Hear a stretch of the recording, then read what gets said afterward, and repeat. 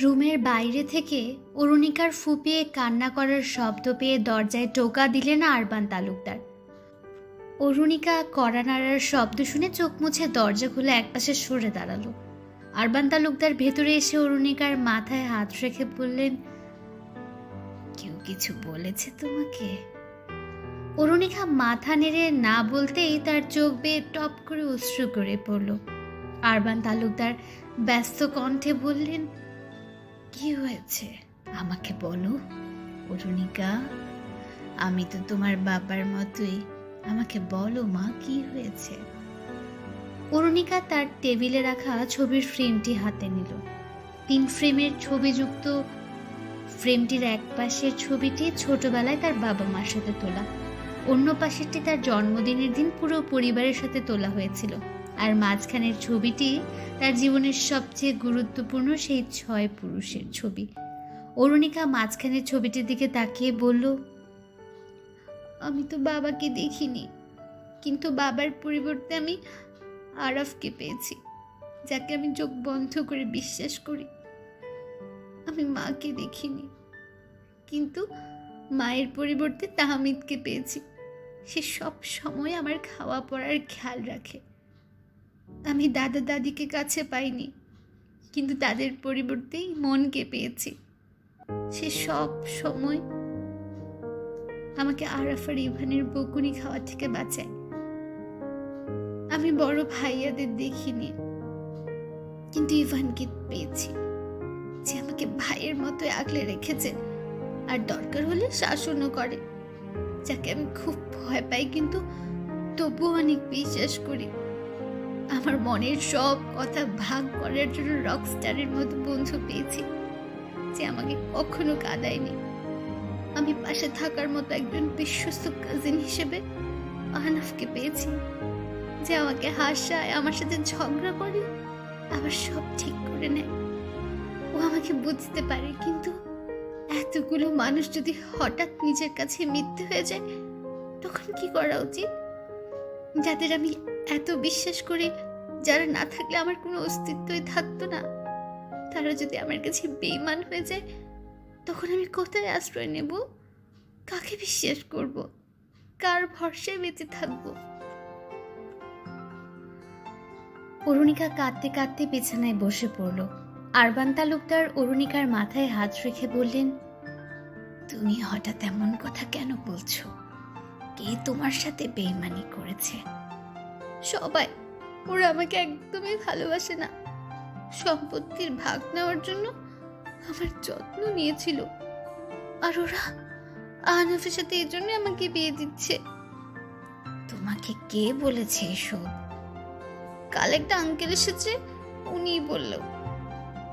Urban Talukdar চুপ করে থেকে বললেন, তুমি নিজেকে প্রশ্ন করো, যারা তোমাকে এত বছর ধরে বাবা মার অভাব অনুভব করতে দেয়নি, তারা কি তোমার সাথে বেঈমানি করবে? আমি তো চাই সব সত্য না হোক, তাহলে আঙ্কেলটা কি মিথ্যে বলছে? দেখো রুনিকা, ব্যাপারটা পজিটিভ বা নেগেটিভ দুইভাবেই নেওয়া যায়। তোমার নামে 50 ভাগ অংশ লিখিত আছে, এটা সত্য, কিন্তু এর মানে এই না যে আহনাফ সেই ভাগ পাওয়ার জন্যই তোমাকে বিয়ে করছে। হয়তো আরাফ তোমাকে অন্য কোথাও বিয়ে দিয়ে চোখের আড়াল করতে চায় না। আর শুনেছি তোমাকে কলকাতায় অ্যাডপশনের জন্য একটা এনজিওর পক্ষ থেকে নিয়ে যাওয়া হয়েছিল। সেখান থেকে তোমাকে ফেরত পাওয়ার জন্য আহনাফ বিয়ের জন্য চুক্তিবদ্ধ হয়েছিল, কারণ 6 জন যুবক বয়সী ছেলে তোমার মতো উঠতি বয়সী মেয়েকে বড় করার দায়িত্ব নিয়েছে। এটা আসলেই অনেক জটিল কেস ছিল, তাই তোমার নিরাপত্তার জন্য সেই এনজিও থেকে অনেক কাঠখড় পোড়ানো হয়েছিল, কিন্তু অবশেষে 6 জনই তোমাকে পেয়েছে। কারণ কি জানো? অরুণিকা মাথা নেড়ে বলল, না। কারণ কি? কারণ হচ্ছে ওদের মনোবল, তোমার প্রতি ওদের ভালোবাসা। এটা তো সম্পত্তির প্রতি ভালোবাসাও হতে পারে। হতেও পারে, অসম্ভব কিছু না, কিন্তু একটা কথা বললাম না, একটা জিনিসের দুটি দিক আছে। পজিটিভ আর নেগেটিভ। তুমি নেগেটিভ ভাবলে তোমার সাথে খারাপটাই হবে, আর পজিটিভ ভাবলে ভালো কিছু হবে। আমি এখন কি করব? নিজেকে কিছুদিন সময় দাও। এখন যেহেতু তোমার মাথায় একটা প্রশ্ন চলে এসেছে, তাহলে তাদের নিয়ে ঘাটাঘাটি করো। হয়তো তাদের ভালো কিছু তোমার চোখে পড়বে, যা তোমার মনের সন্দেহ দূর করে দেবে। আবার হয়তো খারাপ কিছু নজরে আসবে, যেটা তোমাকে সত্যের কাছে নিয়ে যাবে। বিকেলে আহনাফ অরুণিকার ঘরে এলো। অরুণিকা আহনাফকে দেখে বলল, তুমি? আহনাফ অরুণিকার কাছে এসে বলল, কি হয়েছে? গতকাল থেকে মুখ ভার করে বসে আছো। তুমি যাও, আমি একা থাকবো। আহনাফ অরুণিকার হাত দুটি নিজের হাতে আবদ্ধ করে নিল আর অরুণিকা থেকে ঝুঁকে বলল, তোমার চুপ হয়ে থাকাটা পুরো ঘরটাকে মৃত বাড়ি বানিয়ে দিয়েছে। তুমি কেন বুঝো না তোমার মন খারাপ হলে সবাই কত কষ্ট পায়? অরুণিকা আহনাফের চোখের দিকে তাকিয়ে বলল, তুমিও পাও? আহনাফ শান্ত চোখে তাকিয়ে ঠোঁটে হালকা হাসি টেনে বলল, আমার সব হাসি কান্না তোমার মধ্যে সীমাবদ্ধ। তোমার কাছে আমার সব কিছুর সমাপ্তি। তুমি ছাড়া কে আছে আমাদের? কেই বা আছে আমার? বাকিরা নেই? ভাই আর বন্ধু আছে। তুমি তো ভাই না, বন্ধুও না। তুমি আমাদের সাহস, প্রেরণা, শক্তি। আর আমার আহনাফ ধীর কণ্ঠে শ্বাস ছেড়ে দিয়ে বলল, ভালোবাসা। এক অদ্ভুত মায়া ছিল এই শব্দে। এই শব্দটি শুনে অরুণিকার চোখ ছলছল করে উঠল। সে হুট করে আহনাফকে জড়িয়ে ধরল। অরুণিকা আচমকা জড়িয়ে ধরাতে আহনাফ চমকে উঠল। অরুণিকা যেদিন থেকে সবকিছু বুঝতে শিখেছিল, উপমার মাধ্যমে তাকে বুঝিয়ে দেওয়া হয়েছিল আরাফ আর আহনাফদের কাছ থেকে ঠিক কতটা দূরত্ব রাখলে তাদের সম্পর্কটা মানানসই হবে। অরুণিকা যেহেতু 6 জনের কোলে বড় হয়েছে, তাই তাকে এটা শিখিয়ে দেওয়া হয়েছিল তার কোল ছাড়ার বয়স হয়ে গেছে। এরপর একদিন অরুণিকাও সব বুঝতে শুরু করে, যখন আরাফ আর তুর্য তার পাশ ঘেঁষে বসা বন্ধ করে দেয়। এখন খুব প্রয়োজন ছাড়া কেউই অরুণিকার হাত ধরে না, তবে আহনাফ খুব অধিকার নিয়ে সেই হাতটি ধরে রাখে। আহনাফের সাথে এই দূরত্বটা তার কখনোই ছিল না, কিন্তু এত কাছ থেকে জড়িয়ে ধরাটা আজ প্রথম অনুভব করছে আহনাফ। তার এই মুহূর্তে খুব শান্তি লাগছে। তার বুকটা এক মিষ্টি প্রশান্তিতে ভরে গেছে। অরুণিকা সেই বুকে শান্তি খুঁজে পেয়েছে। সে ফুপিয়ে কাঁদছে, কিন্তু আহনাফ তাকে আঁকড়ে ধরার সাহস পাচ্ছে না। কোনো অজানা কারণে তার হাত কাঁপছে। আলগা করে সে এক হাত উঠিয়ে অরুণিকার চুলে হাত বুলিয়ে দিতে লাগলো। অরুণিকা তখন বলে উঠল, আমি তোমাদের অনেক ভালোবাসি। আমার কাছে তোমাদের চেয়ে কেউ গুরুত্বপূর্ণ না। আমি তোমাদের অনেক বিশ্বাস করি। আমি জানি তোমরা আমার সাথে কখনোই প্রতারণা করবে না।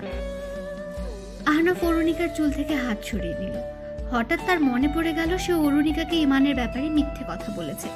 সে ইমানকে সেদিন অরুণিকার কথা বলেনি, ইমানও বিয়ের কথা বলেনি। সব আহনাফের বানানো ছিল। কিন্তু এই সত্যটা অরুণিকা জানলে কি হবে তাদের সম্পর্কে? আহনাফ অরুণিকাকে সরিয়ে দিল। অরুণিকা ইতস্তত ভাব নিয়ে সরে দাঁড়িয়ে বলল, সরি, ইমোশনাল হয়ে পড়েছিলাম। কথাটি বলেই অরুণিকা রুম থেকে বেরিয়ে গেল।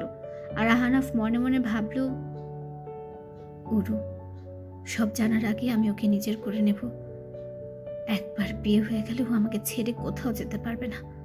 ও আমার ভালোবাসা, আমার 10 বছরের অপেক্ষা, আমার প্রাপ্তি, আমার স্বপ্ন, আমি সব কিছুর সমাপ্তি।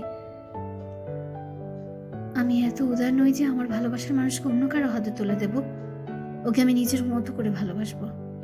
ও আমাকে বিনিময়ে ভালোবাসুক বা না বাসুক, তাতে আমার কিছুই আসে যায় না। অফিস রুমে শান্ত হয়ে বসে আছে ইভান।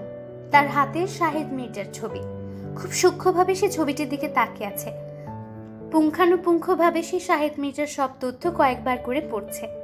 হঠাৎ তার ঠোঁটের কোণে হাসির রেখা ফুটে উঠল। সে চেয়ারে আয়েশ করে বসে বলল, মিস্টার শাহিদ মির্জা, তোমার দুর্বলতা আমি ধরে ফেলেছি। এখন তোমাকে সেই দুর্বল দিক দিয়ে আমি আঘাত করব। খেলা শুরু হয়ে গেছে। আমি আমার এক চাল দিয়ে দিয়েছি। এখন অপর পাশ থেকে তোমার চাল দেখার অপেক্ষায় আছি, মিস্টার শাহিদ মির্জা। এদিকে সাহিল তার অফিস রুমে রাহিকে বসিয়ে রেখেছে। রাহি বিরক্ত হয়ে বলল, সাহিল কি করছো তুমি? সাহিল কি করছো তুমি? আমাকে এই বদ্ধ রুমটাতে আটকে রেখে একটার পর একটা সিগারেট খেয়ে যাচ্ছ তো খেয়ে যাচ্ছ। আমার দম বন্ধ হয়ে আসছে।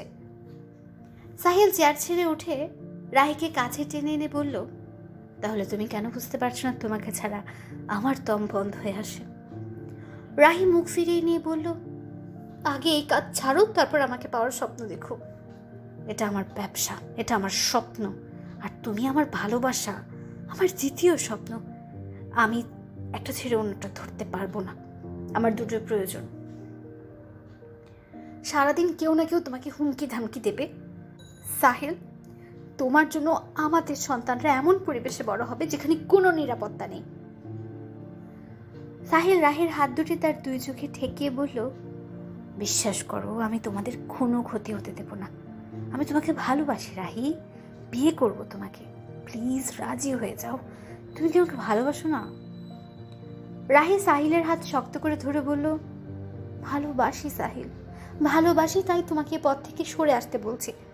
আমরা চাইলে স্বাভাবিকভাবে বাঁচতে পারবো।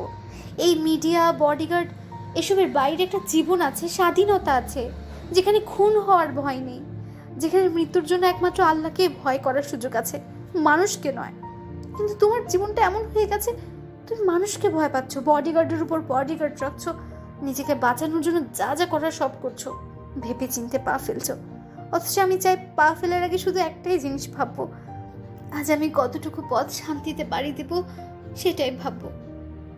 সাহিল রাহির কথা শুনে বলল, তোমার এসব কাব্যিক কথাবার্তা বন্ধ করো। আমার তোমাকে যে কোনো মূল্যে প্রয়োজন। আমি আজ আবার বাবাকে নিয়ে তোমাদের বাসায় যাব। আশা করি এবার আমাকে ফিরিয়ে দেবে না। সাহিল রাহির হাত ছেড়ে দিয়ে চেয়ারে এসে বসলো আর বলল, আমি গার্ডকে বলে দিচ্ছি তোমাকে বাসায় নামিয়ে দেবে। রাহি কিছুক্ষণ শান্ত দৃষ্টিতে সাহিলের দিকে তাকিয়ে থেকে তার ক্যাবিন থেকে বেরিয়ে পড়ল। অন্যদিকে শান্ত দৃষ্টিতে জানালার বাইরে তাকিয়ে আছেন শাহবাজ খান।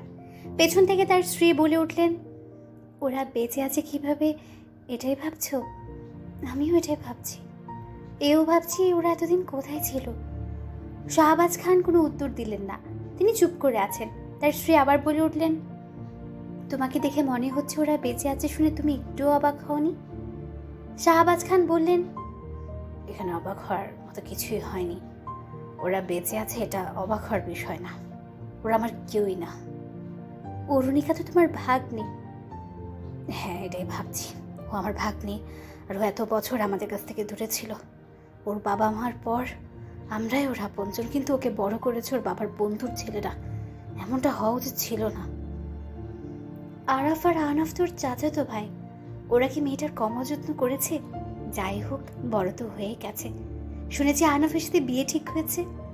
আমার না এই সম্পর্কটাতে মত নেই। চলো দেশে ফিরি, মেয়েটাকে আমাদের সাথে আমেরিকা নিয়ে আসি। তৈমুরকে তো বিয়ে দেবো ভাবছি, অরুণিকার সাথেই না হয়ে ওর বিয়েটা হয়ে যাক। আর তৈমুর তো আহনাফের চেয়ে ছোট, এত বড় ছেলের সাথে অরুণিকার বিয়ে দেওয়াটা ভালো বলে মনে হচ্ছে না আমার। অরুণিকা যখন হয়েছিল তখন ছেলেটা কত বড় ছিল? 10-11 বছরের ছিল তখন। আসলে তুমি ঠিকই বলেছ, অরুণিকার দায়িত্বটা আমাদের নেওয়া উচিত ছিল। আর এখন অরুণিকার দায়িত্ব আমাদেরই নেওয়া উচিত। আর তৈমুরের সাথে বিয়ে হলে আমরা নিশ্চিন্তে থাকবো। শাহবাজ খান এসব বলে আবার চিন্তিত হয়ে পড়লেন। তিনি ঠিক কোন বিষয় নিয়ে চিন্তা করছেন তার স্ত্রী তা ধরতে পারছে না। তিনি মিনিট খানিক দাঁড়িয়ে থেকে চলে গেলেন। কিছুদিন পর ইমনের বিয়ের বাজার করার জন্য ইভান একাই আজ মার্কেটে এসেছে। সে দোকানের সামনে দিয়ে হাঁটছে আর ভাবছে কোন দোকানে ঢুকবে। হঠাৎ তার সামনে দাঁড়িয়ে একটা মেয়ে হাত নাড়িয়ে বলল, আমাকে চিনেছেন? ইভান ভ্রুকুচকে মেয়েটির দিকে তাকিয়ে বলল, বদমাশ লোকেদের হাত থেকে প্রাণপণে বাঁচার চেষ্টা করা সেই মেয়েটি, তাই না? সানায়া হালকা হেসে বলল, আমার ভাগ্যের উপর ভালোই পরিহাস করলেন দেখছি। আপনার তো সেই কপাল, বডিগার্ড নিয়ে ঘোরাঘুরি করার চারটেখানি কথা নয়। সানায়া চোখ ছোট করে বলল, খোঁচা দিচ্ছেন? মোটেও না। তা আজ আপনার বদমাশ লোকগুলো কোথায়? সানায়া হেসে বলল, চিন্তা করবেন না, কড়া আদেশ আছে। ওরা মার্কেটের বাইরে আছে, ভেতরে ঢুকতে দিইনি। ইভান হাসলো।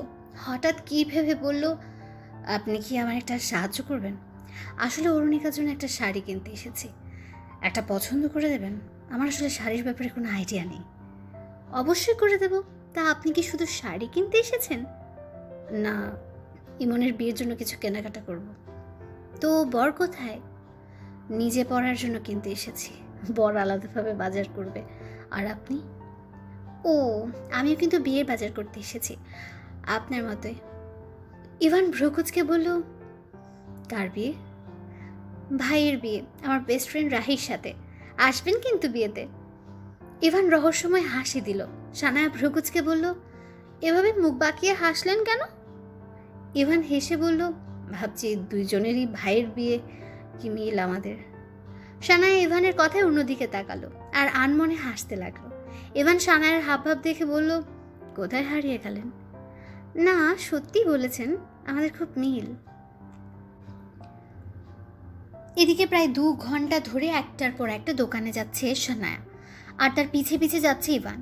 ইভানের রাগে মুখ লাল হয়ে গেছে। তারা বাম হাতে 5টা ব্যাগ আর ডান হাতে 6টা। সানায়ের হাতে শুধু 2টা ব্যাগ। এতে এসে কিছুক্ষণ পরপর ব্যাগগুলো ইভানের হাতে ধরিয়ে দিয়ে কখনো চুল ঠিক করছে, কখনো ব্যাগ থেকে টাকা বের করছে। সানায়া কোনোভাবেই ইভানের পিছু ছাড়ছে না। সানায়ের এই একটা স্বভাব, কেউ তার সাথে বন্ধুত্বসুলভ আচরণ করলে সে মানুষটিকে ছাড়তেই চায় না, যেমনটা এই মুহূর্তে ইভানের সাথে হচ্ছে। ইভান বিরক্ত হয়ে বলল, ব্যাগগুলো বরং গাড়িতে তুলে রাখুন। সানায়া ব্যস্ত কণ্ঠে বলল, না না না, বদমাস লোকগুলো আমাকে দেখলে এবার পিছুই ছাড়বে না। ওরা নিচে দাঁড়িয়ে আছে, দেখছে না কিছুক্ষণ পরপর ফোন দিচ্ছে। ইভান উপায় না দেখে বলল, সত্যি বলতে কি আমার মাথা ঘোরাচ্ছে, কাল রাতে ঘুমায়নি তো তাই। সানায়া ব্যস্ত হয়ে সবগুলো প্যাকেট নিয়ে নিল আর ইভানকে বলল, চলুন ডাক্তারের কাছে যাই। ইভান ব্যস্ত কণ্ঠে বলল, আরে না না, ডাক্তার দেখানোর মতো খারাপ লাগছে না। না, আপনাকে যেতেই হবে ডাক্তারের কাছে, চলুন। সানায়া হন হন করে সামনে যেতে লাগলো। ইভান মুখ ছোট করে বিড়বিড় করে বলল, কোন নাছর বান্দার পাল্লাই পড়লাম, আল্লাহ মুক্তি দাও আমাকে।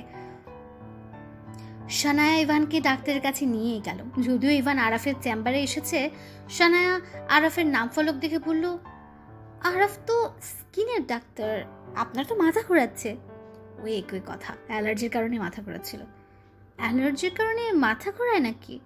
ইভান চোখ ছোট করে বলল, আমার ঘোরায়। আরাফের ক্যাবিনে ঢুকতে আরাফ ভ্রুকুচকে ইভানের দিকে তাকালো। সানায়া বলল, আপনার বন্ধুর অ্যালার্জি বেড়ে গেছে, অ্যালার্জির কারণে মাথা ঘোরাচ্ছে। আরাফ অবাক হয়ে বলল, অ্যালার্জি? কিসের অ্যালার্জি? ইভানের চোখের ইশারায় আরাফ আবার বলে উঠল, ও হ্যাঁ হ্যাঁ, অ্যালার্জি আছে তো, অনেক অ্যালার্জি আছে। ওর অ্যালার্জির একমাত্র ওষুধ। ইভান ইশারায় কিছু একটা বলতে সানায়া ইভানের দিকে তাকালো আর বলল, হাত দিকে কি বলছেন ওনাকে? আরাফ বলল, কিছু বলেনি, মাথা ঘোরাচ্ছিল বোঝাচ্ছিল, আর এই মুহূর্তে বিশ্রাম দরকার। ইভান বলে উঠল, হ্যাঁ আমার খুব খারাপ লাগছে। সানায়া বলল, আরাফ আপনি ওষুধ লিখে দিন। ইভান ভ্রুকুচকে বলল, ওষুধ তো বাসায় আছে, ওগুলো খেয়ে নেব।